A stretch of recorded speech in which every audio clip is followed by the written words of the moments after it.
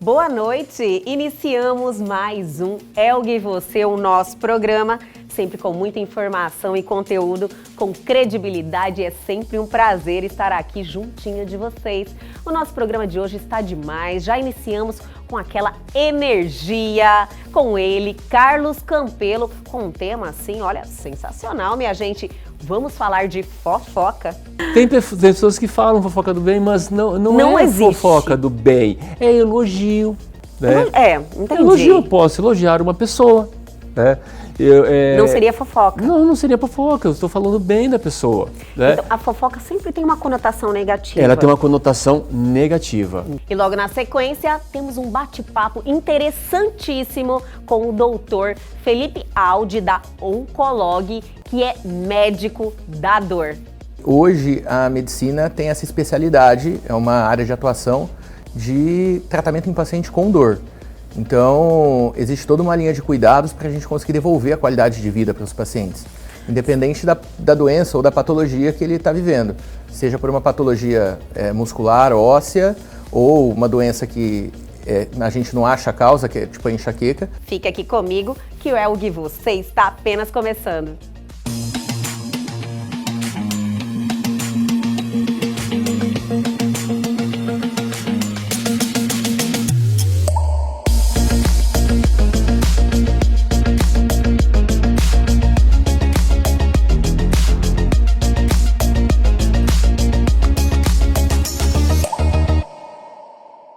E agora, em nosso programa Elga e Você, vamos ter um bate-papo, sempre com muita descontração, que eu aguardo, assim, o meu final de semana inteiro para chegar segunda-feira e conversar com ele. Oi, Campelo, mais uma semana começando, cheia de oportunidades, nós dois aqui, como sempre, graças a Deus, né? Graças a Deus, satisfação, Elga, satisfação a todos os telespectadores, mais uma semana juntos aqui. Amém! E hoje nós vamos fofocar! Vamos, Elga! Vamos fofocar! Nossa, todo mundo, né, fica curioso, fala, vamos dar uma fofocadinha, né? Foge um pouco, parece, dos termos que a gente usa aqui, né? Sim, mas que faz parte da vida de muita gente. Então, às vezes a pessoa que não tem esse traço convive com quem tem, conhece, né? Sempre a fofoca, ela nos rodeia, né, Campelo? E eu vou explicar o porquê hoje no programa Elga e Você. Adorei, até rimou, né? Não, mas eu tenho certeza que as pessoas ficaram curiosas, porque eu não sei, você inclusive pode nos dizer se é um traço de personalidade, se é um vício, o que é? Pode ser tudo isso, Sim. Tá, pode ser tudo isso. E o que estimulou falar sobre esse tema fofoca? Sim. Na semana passada, teve uma guerra dos IGs de fofoca, IGs Instagrams de fofoca. Sim, que tem vários. Tem vários, tem vários. Que tem aí muitos seguidores decorrente das fofocas. Milhões de seguidores. Sim. E diga de passagem, não sei se os telespectadores sabem, que a grande maioria pertence a uma pessoa só. Eu não sabia. Olha uma fofoca. Olha só! Isso é uma fofoca. Isso é uma fofoca já? Eu não sabia. Então a pessoa já é especializada. Sim, são empresas especializadas que ganham muito dinheiro em relação a isso. Para estimular uma pessoa, para colocar uma pessoa em evidência, da mesma forma, para destruir a reputação, denegrir a imagem de outra pessoa. Gente, isso é um pecado. Nossa, é até difícil, né? Você acreditar que tem pessoas assim que usam de mentiras para destruir imagens que às vezes a pessoa batalhou tanto para construir, né, Campelo? Triste. E assim, Elga, como você falou, muitas vezes de 100% das coisas que a pessoa faz, 99% é certo, 1% que é errado. Verdade. Nossa, aquilo ali já combina com toda a personalidade da pessoa ser uma pessoa má vista, coisa parecida. Eu não quero fugir do assunto da Sim. fofoca, que eu estou assim, extremamente interessada, mas esse ponto que você falou é importante, porque as pessoas valorizam mais a questão negativa, sabe? A pessoa vem acertando 99%, 1% fala mais alto. Vamos conversar e vamos colocar isso num tema que tem a ver, tá? Tem a ver. Tem a ver. Não só isso, como a questão do motivo do que leva as pessoas a falarem de outras pessoas, a comentarem sobre outras pessoas. Né? Existe momento, vamos separar primeiro em duas grandes partes. Existe em determinado momento, em determinada situação, porque tudo depende da intenção, tá? Sim. Que faz importante a gente saber os traços de personalidade, de comportamento de uma pessoa, por exemplo, para contratar para uma empresa. Sim, entendi. Você São informações necessárias. quer contratar uma empregada doméstica para colocar na sua casa. Você vai coletar informações sobre ela. Né? Nossa, vai fazer parte da sua intimidade. Ter acesso à sua intimidade. A mesma coisa, um colaborador dentro da empresa. E assim a gente vai. Isso é um traço que a neurociência explica. E eu vou explicar também aqui para você e para os telespectadores, tudo isso. É uma coisa que é importante. Uma das questões que estão numa pesquisa é, por exemplo, se a pessoa ela é uma pessoa discreta. Por exemplo, para uma empregada doméstica, se é uma pessoa discreta, porque, como você falou, ela vai conviver na minha rotina, na minha vida, no meu dia a dia. E ela vai ficar falando de mim, do que acontece dentro da minha casa para outras pessoas. Isso. Então, isso tem que estar lá no topo, né? Buscar essas informações, como eu falei, questão da intenção, buscar essas informações, porque tem uma intenção. Eu vou contratar essa pessoa, mas eu quero contratar essa pessoa não só pela sua qualificação técnica, mas eu também quero avaliar a sua qualificação comportamental. Sim. Como que ela se porta perante as situações. Isso, compreensível, total. Eu estou falando de outra pessoa? Estou. É uma fofoca? É uma fofoca? Nesse quesito, pode-se entrar como um aconselhamento, como uma busca de informação e não simplesmente uma fofoca. Porque a fofoca ela tem um traço, sim, dentro dela de futilidade. Simplesmente eu não tenho uma intenção, ou melhor, eu não tenho uma intenção positiva. Isso. Eu tenho uma intenção negativa em relação àquele assunto. É tipo assim, a fofoca, você vai buscar informação da vida da pessoa para passar para frente, para uma outra, aí vira fofoca. Vira fofoca no sentido de ser pejorativo. Entendi, denegrindo. Denegrindo a imagem da pessoa. Existe fofoca do bem? Pois é. Então falar, olha, nossa, ela é maravilhosa, né? Tem pessoas que falam fofoca do bem, mas não é existe. Fofoca do bem, é elogio. Né? Entendi. Elogio, eu posso elogiar uma pessoa. Né?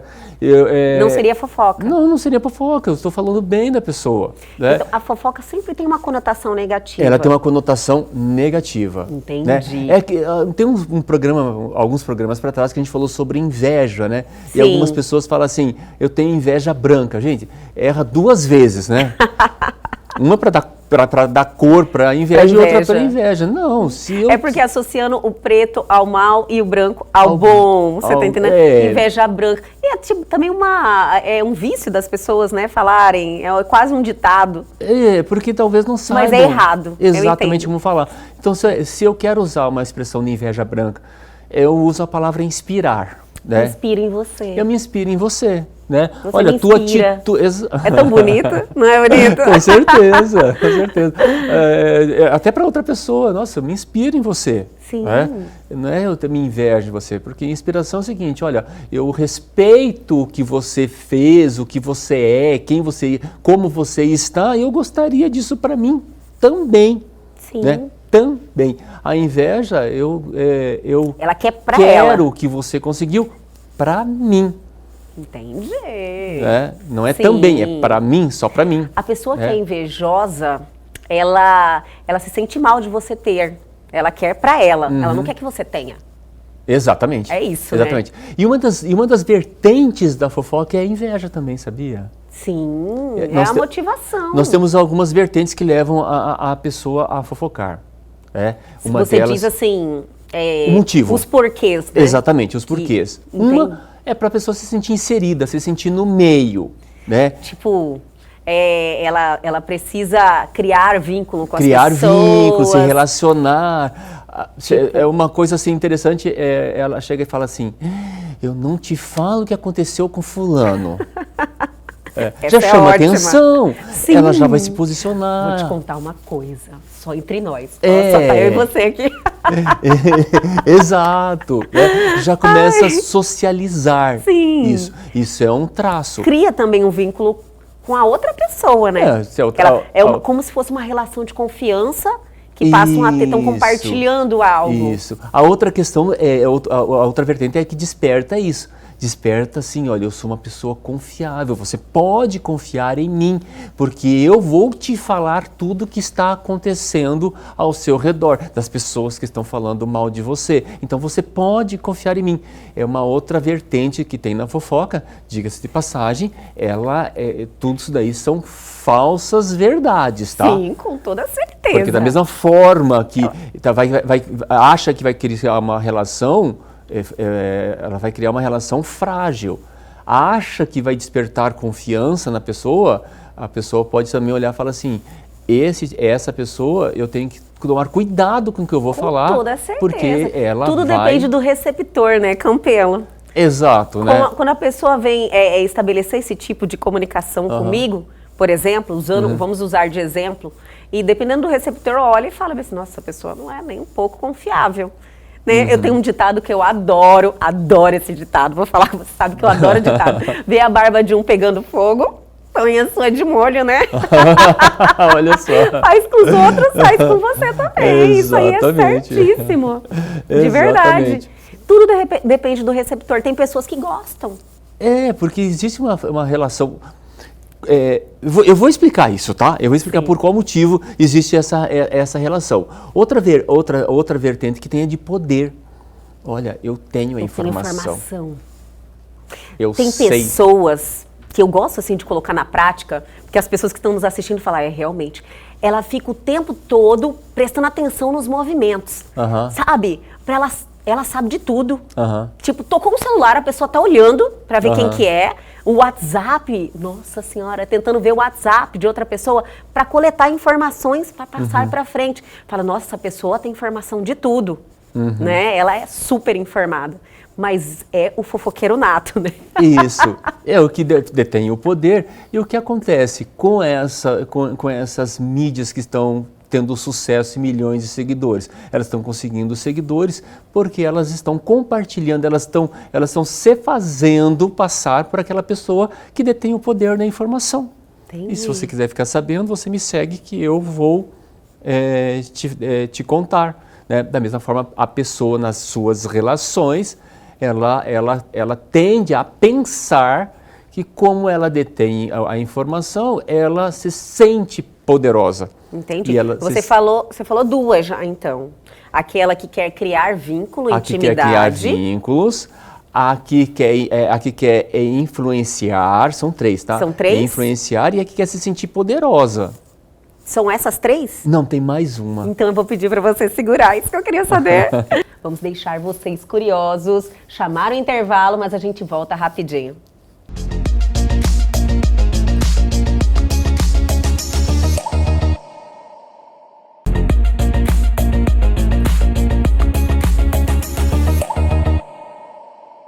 Estamos de volta com esse bate-papo sensacional. Vocês estão gostando? Eu estou adorando esse bate-papo de fofoca. Estamos fofocando aqui. Agora não estamos fofocando, porque não existe fofoca do bem. Então não podemos tá levando falar informação. assim. Estamos passando informação. Mas é interessante porque faz parte da nossa rotina. Não tem quem não lembre de alguém ou alguma situação que se encontrou. Então, assim, quando você cria essa conexão com a sua realidade, é interessante demais, Campelo, eu tô adorando. Que bom, e a gente está falando sobre isso, e agora a gente vai falar da quarta vertente. Sim. E de como lidar com isso e os motivos do Você quer dar uma relembradinha para quem está nos assistindo? Quem começou a nos assistir agora. Isso. A pessoa, ela se coloca perante as outras pessoas, ela tem um processo de aceitação. Sim. Ela pensa que está aceita no grupo, né? Com relação a isso. Outra vertente, ela gera confiança, uma pseudo-confiança, ela desperta, ela tem o interesse de despertar uma pseudo-confiança da outra pessoa. A terceira, ela tem a sensação de poder, né? Dela ter a informação sobre a outra pessoa. Sim. E a quarta, Acho que é uma das piores, que hoje é muito falado hater, né? São os que odeiam, são aqueles que são muito... É uma coisa dela, que gosta de propagar o mal. E de propagar o mal, né? Sim. Normalmente, essa pessoa, ela perpassa a sua situação, o seu sentimento, ela não enxerga para si o problema, em si o problema dela, e ela passa a enxergar isso nas outras pessoas e começa a julgar a outra pessoa. Teoricamente, se você pegar as quatro, essas quatro vertentes, é de uma maneira mais fácil da pessoa não lidar com seus próprios problemas, não conseguir se colocar perante as outras pessoas de uma forma honesta, de uma forma salutar, não conseguir colocar o seu conhecimento, a sua competência, tanto técnica como comportamental, como um diferencial, né, para as outras pessoas, para se tornar aceita, para ela mostrar o poder do conhecimento que ela tem intelectual, né, ou até comportamental, ela se coloca de uma forma que ela tem que prejudicar alguém para que ela apareça. Desviando o foco dela, então. Desviando o foco dela. E essa quarta vertente é completamente desviando o foco dos seus interesses, das suas questões pessoais. Entendi. Então, quando você vai assim... pessoas que hoje falam muito de praticam feminicídio, ou que tem uma intolerância racial, uma intolerância de gênero, ou coisa parecida, ela tem alguma coisa dentro dela que não está resolvida, propriamente dita, que ela não quer enxergar nela. Uma fragilidade que seja... É uma forma, né, de realmente, nossa, se a pessoa, ela ataca, por exemplo, uma classe, vamos dizer, um homofóbico, podemos falar? Por exemplo. Um homofóbico, que é muito racista também. Um racista, muito racista. Ela está escondendo algo dentro dele. Desviando o foco. É uma fragilidade que ela tem, ela não está sabendo lidar com essa fragilidade, ela passa isso para outra pessoa e começa a criticar e ofender e denegrir as outras pessoas. E conforme for o público dela, Elga, isso pode se tornar um hábito. Entendi. Se tornar um hábito, ela está conseguindo notoriedade, ela está conseguindo ser vista. Imagine esses sites com milhões de seguidores praticando a fofoca. Exato. Aí o que acontece? Coisa, isso está tomando uma proporção tão séria, né? Às vezes eu não consigo acompanhar diariamente, mas várias celebridades que foram vítimas desse tipo de comportamento, realmente assim fragilizadas com essa situação. Sim. Isso aí acontece na nossa casa, no nosso serviço. Tem um famoso jargão que fala assim, puxou meu tapete. São pessoas que acabam denegrindo a imagem da outra pessoa sem olhar as suas reais intenções, as suas reais necessidades. É uma maldade também, tem né, maldade. Campelo? Tem maldade, porque muitas vezes tem maldade. Tem que ter coragem demais. Tem maldade. Pra ficar inventando histórias sem a responsabilidade, nenhuma responsabilidade. É uma doença. Elga, é uma doença. Olha, Elga, pode se tornar doença, tá? Um hábito feito várias vezes se torna um vício, e esse vício, que nem você falou, por que as pessoas gostam de fazer isso? Se torna um vício e a pessoa não consegue sair muitas vezes, ela precisa de ajuda, inclusive psicológica. Só. Você vê o nível da seriedade desse tipo de comportamento, Campelo? Então, tem realmente uma evolução mesmo? Tem, se a pessoa continuar nisso, se torna um vício. Se torna um vício, e muitas vezes a pessoa não consegue perceber. Eu acho que na grande maioria das vezes. Não consegue perceber, porque ele só está olhando os benefícios que ele está arrecadando. Só está olhando esses benefícios. E uma hora essa fofoca retorna contra si. E a pessoa, como ela fala muito das outras, ela talvez não tenha a estrutura emocional para saber lidar quando aquilo voltar. E vai voltar. Volta, né? Você sempre fala isso da lei do retorno, né, Campelo? Volta. Certo. É certo. Dentro da neurociência, por qual motivo que existe a conversa, a fofoca sobre outras pessoas? E isso está desde antes de Cristo, então isso é da humanidade. Sim. Isso, né? E como que a gente vai lidar com isso, que a gente vai falar agora? Dentro da neurociência, nós temos o que a gente chama de níveis neurológicos, que tem o ambiente, é onde eu estou, o que está me fazendo eu tomar as minhas decisões. Dentro dele eu tenho meu comportamento, minha capacidade, minhas crenças e minhas relações. Olha só, as minhas relações, que estão num nível mais profundo das minhas crenças, ela influencia naquilo que eu acredito, ela influencia nos meus valores. E as minhas crenças e meus valores influenciam na minha capacidade, que influencia no meu comportamento, influenciando o ambiente onde eu estou. Então significa que as minhas relações, onde eu estou convivendo, as relações e aqueles benefícios, aquelas trocas que eu estou tendo, vai influenciar os meus valores. E aí eu posso ter valores deturpados, achando que se eu falar mal de alguém, eu vou estar me beneficiando. Entendi. Né? Porque está dentro das relações. E o que está mais profundo das relações, porque tudo é no nível de superficialidade do que está aqui fora, que é o ambiente, para o nível mais interior que chega lá na espiritualidade. Abaixo das relações está a minha identidade, quem eu sou. Se eu não tenho certeza de quem eu sou, das minhas virtudes, do meu caráter, de quem realmente, quais são as minhas, inclusive quais são as minhas fragilidades, o que eu ainda tenho para resolver. Se eu não tenho consciência disso, isso vai afetar minhas relações. E vai afetar minhas relações de uma forma não legal. De uma forma que muitas vezes eu vou denegrir as outras pessoas. E é aí que entra. Eu vou falar mal da outra pessoa porque eu não consigo aceitar isso em mim. Porque está na minha identidade. É uma chamada de atenção muito grande para pessoas que têm esse costume, esse vício, né, que acaba se tornando um vício. Se torna um vício. Quando você aceita esse tipo de comportamento. Né? Da mesma forma que a pessoa que aceita, que nem você falou. Eu aceito que, por exemplo, eu sou líder de uma equipe e eu aceito que uma das pessoas da minha equipe venham falar mal das outras pessoas. Se eu aceito esse comportamento, eu vou estar dando valor para o que ele está falando. Sim. E a partir do momento que eu estou dando valor para o que ele está falando, ele também está se sentindo importante para mim. Ele também está se segurando num vínculo líder e liderado, empregatista, seja ele qual for, se for profissional ou se for uma de relacional e família, coisa parecida, está se servindo de um vínculo afetivo, né? Se segurando na outra pessoa. Mas como que eu lido com isso? Você quer falar de fulano? Peraí, fulano, vem cá. Fulano. Exato. Né? Agora, o que você ia falar mesmo? Vamos compartilhar, falar, né? Exatamente. Já que vai falar, então deixa o fulano, dá a razão, dá a voz para o fulano também se explicar. Vai que... a pessoa entendeu algo errado, exato, a gente erra. Exato. Não é verdade? Exato. Pegou a conversa pela metade. Com certeza. Eu estava mexido por uma determinada situação e a outra pessoa usou uma palavra-chave e aquilo despertou em mim essa situação. Eu falava, já que ela falou essa palavra-chave, né? Isso significa que essa pessoa é do mal, não está fazendo bem, vai passar rasteira em alguém. Sim. Então, existem vários fatores. Então, chama esse alguém.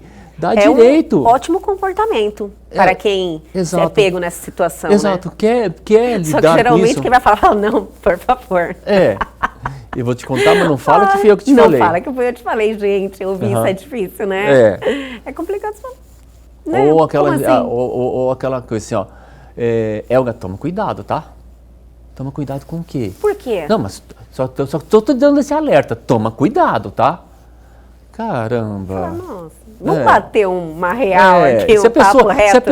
Se a pessoa tá com algum problema de autoestima, alguns porquês na vida dela sem respostas, caramba, eu posso acabar com a pessoa com uma toda certeza. Com uma mensagem dessa, com uma pergunta dessa, com uma colocação dessas. E acontece demais. Acontece.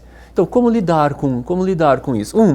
Confrontar. Confrontar é a melhor. Primeira, chamar. Vamos confrontar as partes envolvidas. Vamos ver. Outra, na hora que eu estou escutando isso, é importante para mim?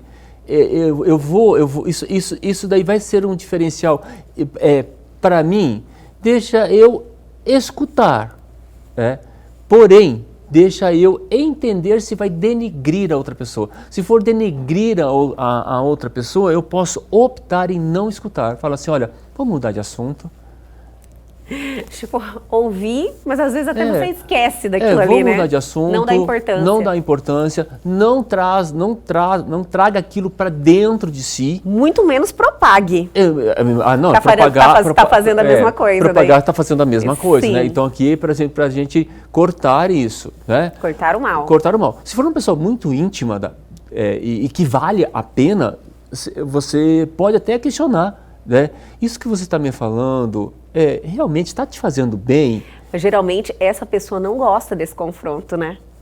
Por isso que eu te falei, tem que ser muito íntimo. Arruma um inimigo. Muitas vezes sim. Você arruma um inimigo. Muitas vezes sim. Né? Pensar assim, ó, se aquela pessoa está falando mal da outra, ela pode também estar falando mal de mim. Com toda certeza. Então, o que vai acontecer com esse tipo de pessoa? Eu vou chegar assim, olha, para essa pessoa... E infelizmente, eu tenho pessoas assim, que olha, para aquelas pessoas tem coisas que a gente não pode comentar, nem coisa assim, eu tenho um projeto para fazer, eu estou pensando em fazer um projeto assim ou coisa parecida, não dá, nem que seja uma pessoa assim, que muitas vezes a gente precisa, como as relações no interior, a gente precisa conversar com as pessoas para pegar a opinião das pessoas.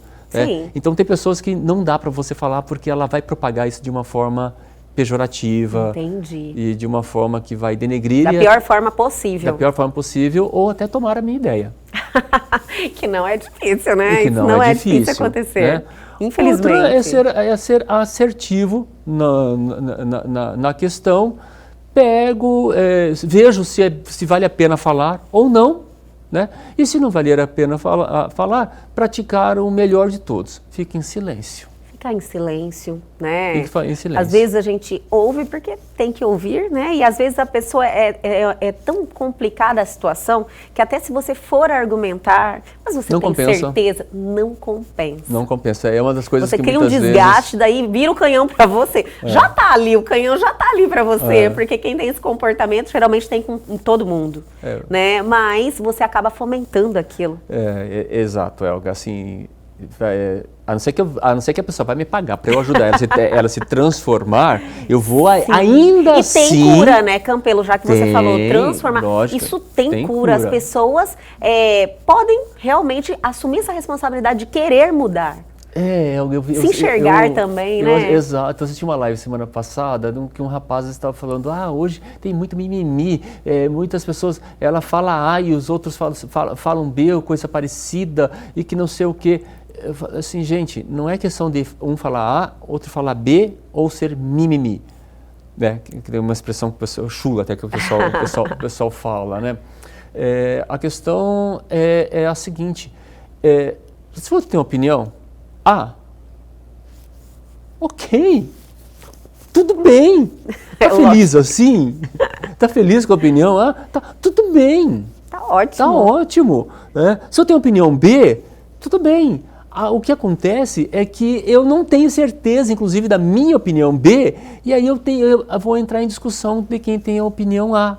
Seja a opinião A, seja escolha que a pessoa quiser na vida dela, né? Profissional, social, política, ou coisa parecida, né? Aí as pessoas tendem a ter esses comportamentos, esses embates. Aí gera os haters, né? Gera ira, gera indiferença, gera briga, né? E tudo isso é resolvido na questão do seguinte, quais são os meus atributos pessoais, meus valores, quem realmente sou eu, né? Quais são as minhas forças e minhas fraquezas.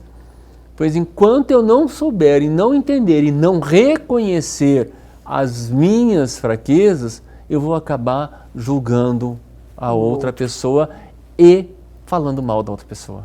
Nossa Senhora, olha, se não tem se não tem amor ao próximo, que tenha o próprio, né? O amor próprio, porque a lei do retorno que você fala, isso sempre volta contra você. Ela é uma lei. É uma lei, é a lei do retorno, né? É uma lei, vai acontecer. Geralmente quem pratica isso não tem amor ao próximo, não tá nem aí ligando, não tem aquela, nossa, puxa vida, né? Sabe aquele auto-julgamento? Você fala, olha o comportamento que eu estou tendo.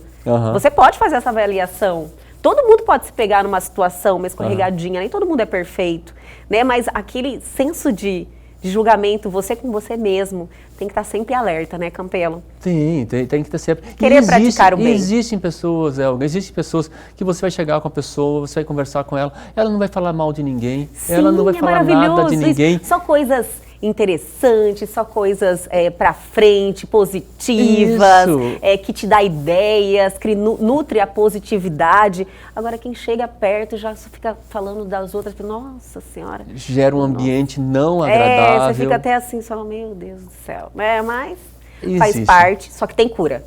Tem. E a cura é um processo de transformação pessoal, de você saber quem é realmente você, com suas forças e com suas fraquezas. Se você quer se transformar, né, que é muito mais do que mudar um comportamento, é se transformar, veja realmente quem é você, quais são as suas fraquezas e quais as que você pode ir trabalhando essas fraquezas para fortalecer. Maravilha. Se olhar, né? Esse olhar. É o recado. Exatamente. Campelo maravilhoso, maravilhoso nosso bate-papo, eu adorei. Tudo fez muito sentido e infelizmente a gente sempre vive alguma situação parecida, né, na vida. Mas que o recado tenha sido bem dado, que as pessoas tenham absorvido isso, como eu. Adorei, viu? E um ótimo início de semana para você. E eu estou ansiosa para o próximo encontro. Muito obrigado a todos, uma excelente semana e até o próximo. Amém. E o Elgue Você continua, tem muito mais vindo aí, gente. Olha, a gente vai fazer aquele intervalo, mas voltamos rapidinho.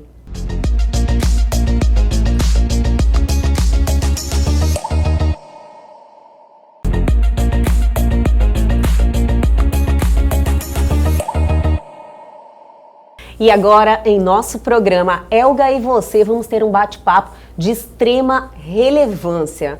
Você sentiu ou sente alguma dor persistente que te incomoda durante anos? Então, atenção nesse bate-papo, porque eu estou recebendo o médico da dor, doutor Felipe Aldi. E eu quero te agradecer muito, doutor, por ter aceitado o convite e estar aqui com a gente hoje. Muito obrigada. Obrigado eu pelo convite, Elga.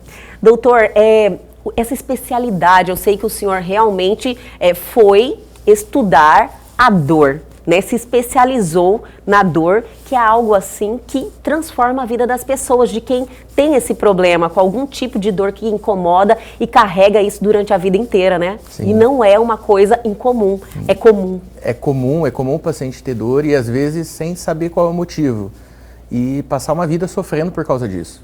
Aí, hoje a medicina tem essa especialidade, é uma área de atuação de tratamento em paciente com dor. Então, existe toda uma linha de cuidados para a gente conseguir devolver a qualidade de vida para os pacientes, independente da doença ou da patologia que ele está vivendo, seja por uma patologia muscular, óssea, ou uma doença que a gente não acha a causa, que é tipo a enxaqueca, ou quando o paciente está com câncer, por exemplo, e está enfrentando um momento bem delicado da vida dele e precisa ter força para conseguir fazer o tratamento. E aí a gente sabe que se o paciente está com dor, ele não consegue seguir todo o tratamento e às vezes acaba sendo limitado por causa disso. E tem a alteração também emocional, né, doutor? Sim. Eu acredito porque o doutor, ele também atende na Oncolog, que é uma clínica especializada em tratamento de câncer. Isso. Então eu acredito que os pacientes que estão vivendo esse momento precisam muito ter uma qualidade de vida, até porque isso interfere diretamente no emocional, né, doutor? Isso, que manda bastante. Isso interfere no emocional e interfere no físico. O paciente com dor, ele fica mais em casa, ele fica sem fazer atividades, ele não consegue sair para se divertir. E a gente sabe que não é porque ele está enfrentando o câncer que ele tem que ficar em casa trancado. Sim. Então, assim, devolver a qualidade de vida, devolver ao paciente um pouco de autonomia para que ele consiga passar por tudo isso da maneira mais leve possível é a intenção do nosso tratamento. Doutor, o que chamou a atenção do senhor para se especializar em dor? É ver muitos casos de pessoas sofrendo? Então, eu sou anestesista de formação, sou médico anestesista de formação e eu sempre tive uma quedinha na área de medicina da dor. Quando eu terminei a residência, eu cuidava muito de dor pós-operatória, em todo paciente Sim. que acabou a cirurgia e tentava controlar essa dor dos pacientes. E aos poucos eu fui me especializando no cuidado do paciente com dor. E aí eu fui fazer cursos de medicina em dor, prestei a prova de título da Associação Médica e hoje eu sou médico especialista em dor. E salvar vidas, né? Porque Sim. é salvar vidas. Doutor, como eu falei no início da entrevista, é tão comum as pessoas estarem sofrendo de algum tipo de dor. E quais são as mais, assim, que o senhor atende mais dores de cabeça, dores nas costas? Quais são as mais frequentes que o senhor atende no seu consultório? Então, eu tenho o consultório na Oncolog, então lá eu atendo bastante paciente com dor oncológica, paciente com câncer que tem dor, mas é importante falar que não é porque o paciente tem câncer que a dor é por causa disso, é por causa da doença. Ou que ele precisa estar nessa situação. Ou que ele precisa estar nessa situação. Às vezes o paciente tem alguma doença na mama, mas ele está com dor nas costas, ele tem dor no joelho, o que limita ele é uma dor no quadril, e tudo isso a gente consegue tratar com maneiras minimamente invasivas para conseguir devolver para o paciente a autonomia. Entendi. Além disso, assim, hoje acho que a grande causa de dor dos pacientes é músculo-esquelética. Dor no joelho, dor nas costas. Existem também as causas de dor pós-operatórias, então o paciente que já fez algum tipo de cirurgia tem dor na cicatriz, tem dor no abdômen. Ele convive com aquilo após a cirurgia. Eu já ouvi falar muito, doutor. Achando que isso é normal. Às vezes o paciente fala assim, mas eu tenho essa dor, mas é na cicatriz, é da minha cirurgia, é normal. Isso não é tão normal. Não é normal. Isso tem tratamento. Olha que maravilha! Porque às vezes a pessoa realmente passa por um procedimento e depois daquele procedimento começa a sentir algum tipo de incômodo, isso persistente, que já faz parte da rotina, né, diária, e ele acha que não. É por causa do procedimento, eu vou ter que conviver com isso. Isso. É comum, tem um colega meu também aqui da cidade e que ele passou por um trauma no punho. E depois ele fala assim, de vez em quando meu punho incha, dói, fica demasiado, fica vermelho, e aí vai fazendo episódio cíclico disso. E aí um dia eu estava perto dele, estava trabalhando com ele e falei assim, cara, vamos tratar isso. E hoje ele está em acompanhamento já com a mão melhor. Então é muito comum o paciente falar assim, eu fiz uma cirurgia no joelho, eu fiz uma cirurgia no pé, fiz uma cirurgia na mama, e aí agora eu tenho episódios de dor, eu tenho episódios de que essa mama fica inchada e não consigo colocar um sutiã, e tem tratamento para isso. Nossa, é complicado, né? Você vê que o que mais interfere mesmo é na qualidade de vida da pessoa. Exatamente. É poder colocar um sutiã, poder passar uma maquiagem. Eu imaginei isso, eu falei, imagina você não poder colocar um sutiã, porque você tem, às vezes as dores nas mamas, as mulheres dependendo do período do mês, a gente passa por uma certa dor, mas é natural da mulher, não algo que persiste. Persistiu, pode procurar um médico de dor. Então, doutor, outra curiosidade que eu tenho, às vezes essa dor, ela persiste durante um tempo, ela para e ela retorna. Mas quando ela tem essa frequência dela retornar, já é um motivo do alerta. Já é um motivo de alerta, sim, porque o nosso corpo, ele se acostuma muito com os estímulos que a gente recebe. Então, quando a dor começa a ir e voltar várias vezes, o corpo começa a achar que aquele estímulo é o estímulo correto. E aí, outros toques, por exemplo, do sutiã, um toque mais leve, um carinho, começa a incomodar. Isso é um sinal de que o corpo está começando a se acostumar com aquele estímulo doloroso. E isso significa que o corpo começa a cada vez mais sofrer por causa disso. E a gente tem que quebrar. É um sistema, né? E a gente tem que até quebrar com a isso. Dor. Exatamente. Até com ele a acha dor. que daí é normal isso. Ele acha que é normal. Sim. E ele acha que aquilo ali é a resposta correta a partir daí. E aí todo toque, às vezes por mais leve que seja, começa a desencadear a resposta dolorosa. É o tipo gatilho. É tipo gatilho, exatamente. Da então, dor. assim, é comum você falar assim, a pessoa fala assim, eu não consigo que encosta aqui na mama, não consigo que encosta no joelho, ou não consigo que encosta nessa parte do corpo porque eu já sinto dor. Esse fenômeno do toque que dói, e a gente conhece bastante paciente, bastante pessoas que têm isso. Existe muitos casos assim? Esse fenômeno do toque doloroso é um dos grandes sinais de alerta de que o corpo está se acostumando com a dor e de que essa dor pode se cronificar. É um fenômeno que a gente chama de plastificação neuronal. E aí parte do trabalho do médico de dor é conseguir impedir essa circuitaria dos neurônios, que esses neurônios eles comecem achando que tudo é dor. Então, existem maneiras da gente fazer bloqueio, tirar a inervação dessa área, de conseguir fazer fisioterapia, encaminhar para uma fisioterapia específica para que o paciente comece a sentir os toques com a graduação diferente, para que o paciente consiga ter uma vida mais próxima do normal. Doutor, eu tenho certeza que com isso que o senhor falou agora, muitas pessoas assim, falam, nossa, eu achei que eu estava, né, alguma coisa estava mudando em mim, a pessoa me toca, eu não gosto, eu reajo de uma maneira diferente, você fica antissocial e você, tipo, aversão ao toque e você não sabe nem por quê. Sim. Nossa, mas que maravilha que isso agora tem solução, Isso né? tem E tratamento. cada vez, o senhor falou no início da entrevista que são poucos profissionais especializados na dor. São poucos profissionais que são especialistas em Especialistas dor. mesmo. Em dor. Então, existem, assim, a gente sabe que vários colegas médicos são bem formados e conseguem cuidar dos seus pacientes, mas a especialidade em dor aqui em Cuiabá são poucos os que têm.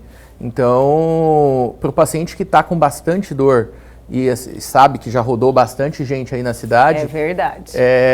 vale a pena procurar um médico especialista.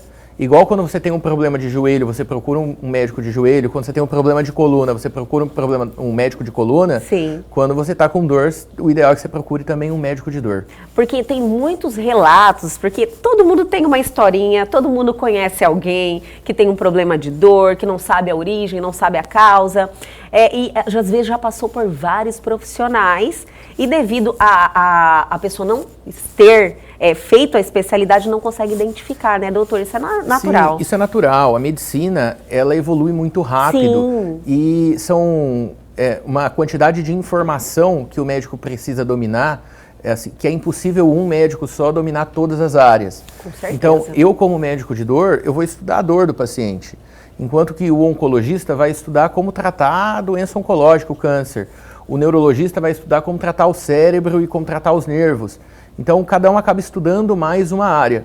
E é por isso que hoje, todo o tratamento de medicina, a gente chama que é multiespecialidades. Sim. Então, lá na Oncolog, vamos Eu falar... ouvi muito falar sobre esse tratamento. A gente faz isso. Lá na Oncolog. Lá a gente faz um tratamento de multiespecialidades.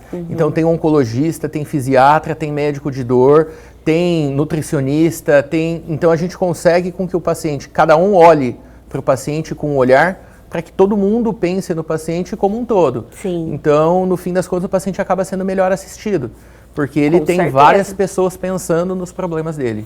E isso interfere no resultado final, né, doutor? Sem do dúvida. tratamento. Doutor, eu quero falar um pouquinho de tipos de tratamento. Eu sei que até cirurgia existe, mas eu vou pedir para o senhor segurar um pouquinho. Eu vou chamar o intervalo, mas é rapidinho, a gente volta já já.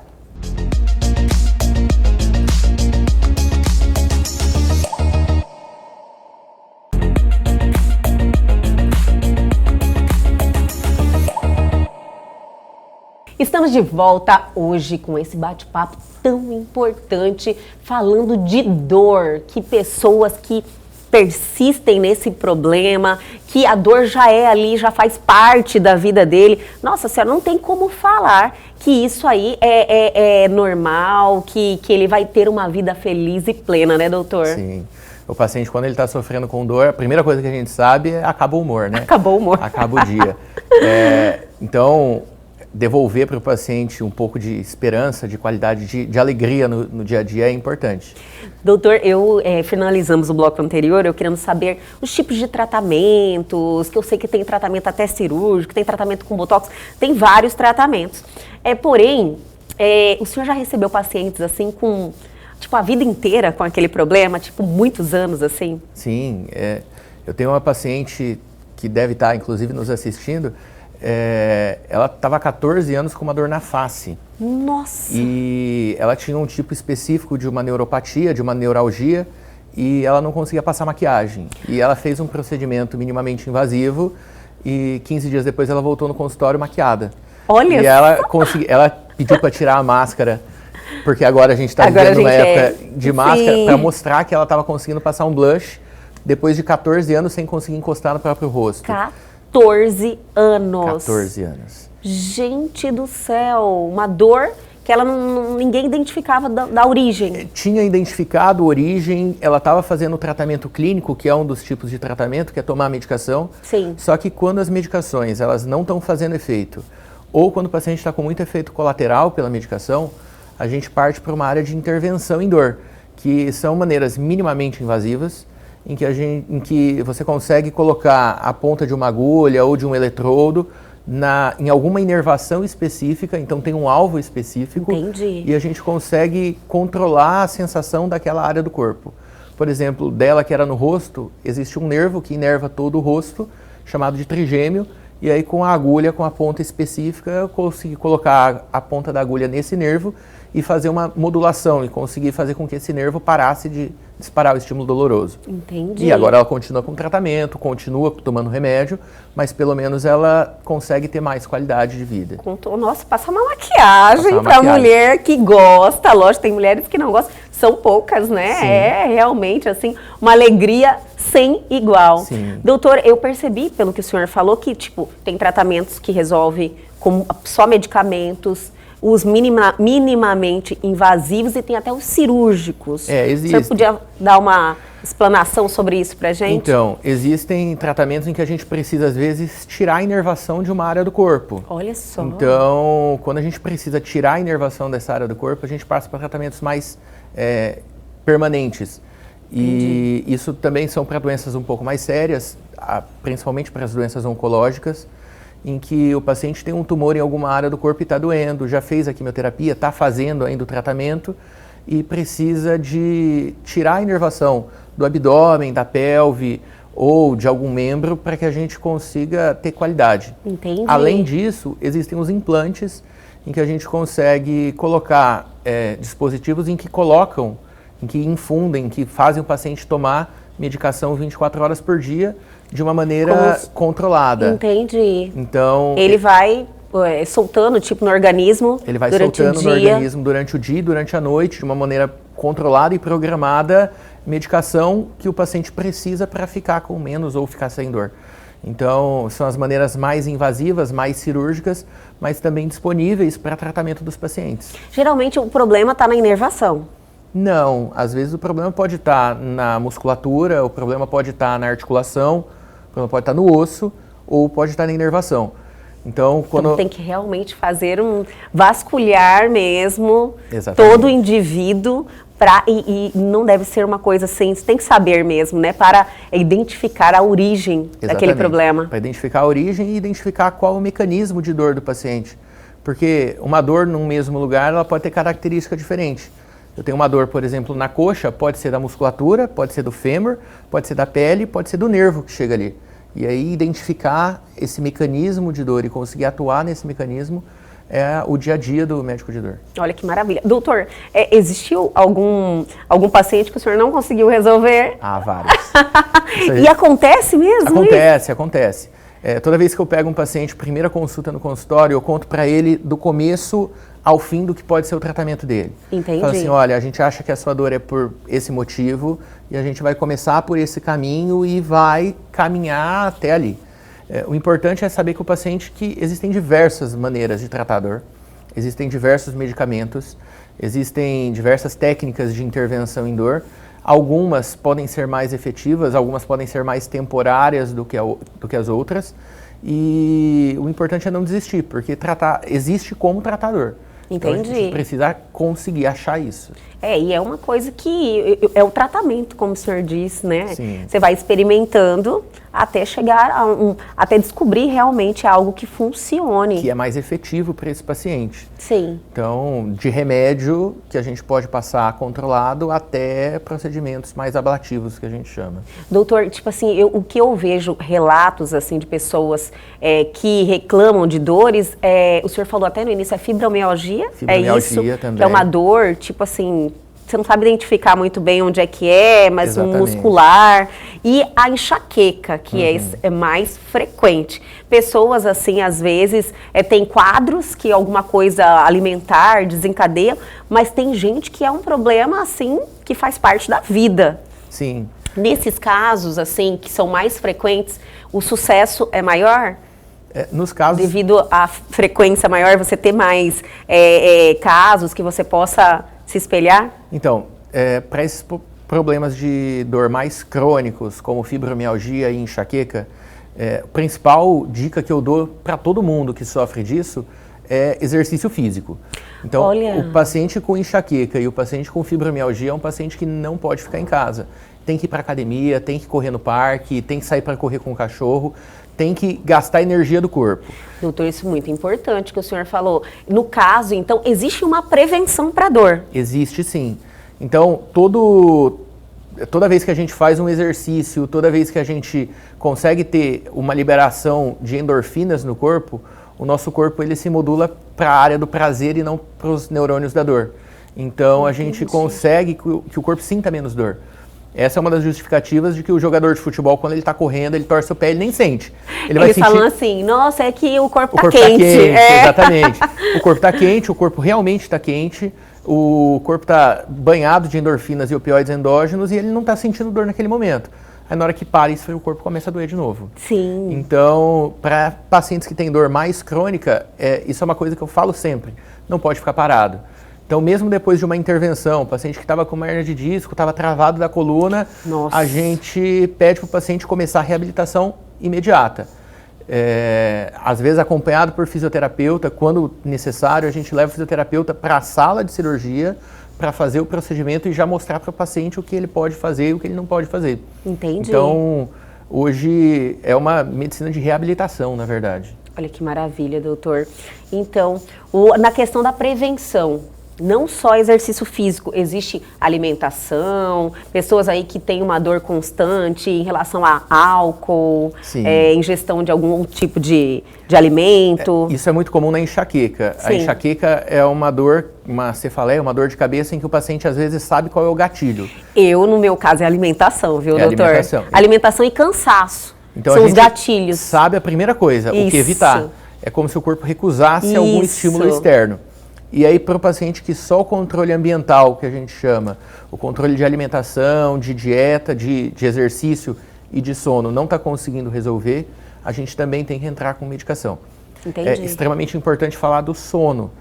Quando o paciente está com dor, às vezes ele não consegue dormir direito. Sim. E sem dormir, o corpo não recupera para o dia seguinte. E vai agravando. E vai agravando cada vez mais a dor. Então, às vezes você entra com medicação para o paciente melhorar o sono e ele fala assim, não, mas você não está me dando medicação para dor.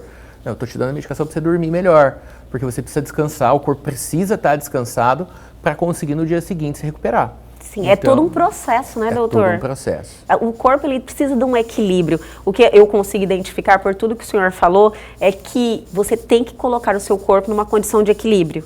Né, sem nada extremo, ou sedentarismo, ou má alimentação, ou ingestão de algum bebidas alcoólicas frequentemente. Tudo isso pode desencadear ou piorar a situação. Sim, sem dúvida. Então, se o paciente já sabe o que vai fazer ele ficar ruim, a gente pede para evitar. É óbvio que vai chegar o fim do ano, você vai tomar uma dosinha de champanhe. Às vezes faz até bem, né, doutora? Às vezes dá uma relaxada, né? Exatamente. Às vezes o relaxar faz bem. Sim. Então a gente pede para o paciente ter o domínio do próprio corpo. Essa é uma das etapas no enfrentamento ao paciente com dor crônica. Porque a dor em si, a sensação dolorosa, ela é menor do que o comportamento doloroso. O que a gente chama de comportamento doloroso é aquele paciente que não consegue enfrentar a dor na sua vida. Então ele acaba se privando de fazer várias coisas que dão prazer para ele, ele acaba ficando em casa, ele acaba se isolando, e a gente fala que é um paciente que está com um comportamento doloroso e que precisa ser enfrentado. Às vezes isso até com acompanhamento de psicólogo e psiquiatra também.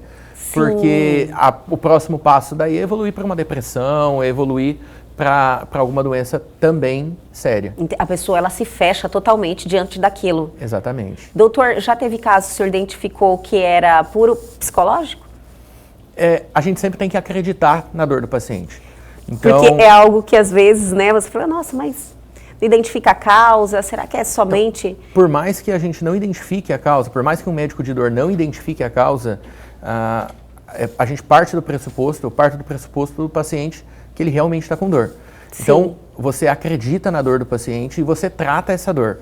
Seja com medicações para dor que a gente chama de nociceptiva, que é dor de machucado do corpo, e existem também medicações que tratam a dor, que tratam como o corpo reage à dor. Então, são medicações que fazem uma neuromodulação. Então, quando você não acha a causa, você acaba mudando um pouco a medicação. Sim. E isso faz com que o paciente também possa se sentir melhor por outros motivos. O senhor falou foi muito importante, então, assim, porque sempre a gente tem contato com situações, né, que as pessoas vivem e chega a certo ponto que os familiares ou as pessoas próximas não acreditam na dor do paciente. Sim. A pessoa está sofrendo, fala, gente, mas faz de tudo, como isso? Não, a pessoa está com algum problema psicológico. Sim. Mas na realidade, às vezes a causa é difícil de Às vezes né, a causa identificar. é difícil, às vezes é muito difícil identificar a causa. Sim. Mas não é porque não se identificou a causa que a gente não consegue tirar o sofrimento Sim. do paciente. Mas o importante mesmo, doutor, é que tem tratamentos agora, né? E como o senhor falou, todas as dores que as pessoas vêm aí persistentemente sofrendo, fazendo parte da vida, tem tratamento. E a maioria tem solução, em poucos casos acontece de não resolver o problema. Sim, existem. Nos casos que a gente não consegue resolver o problema, o que a gente pede é um pouco de paciência. A gente vai conseguir, depende um pouco agora de conseguir descobrir a causa. Isso, mas já tem uma melhora na qualidade de vida, né? Qualidade de vida. Isso é um fator que a gente sempre avalia, é um fator que eu avalio em todos os pacientes. A qualidade de vida. Isso. O paciente pode vir num retorno e falar assim, olha, eu ainda estou sentindo dor, mas agora eu consigo carregar meu netinho. Eu ainda estou sentindo dor, mas eu já consigo ir fazer a feira sozinha.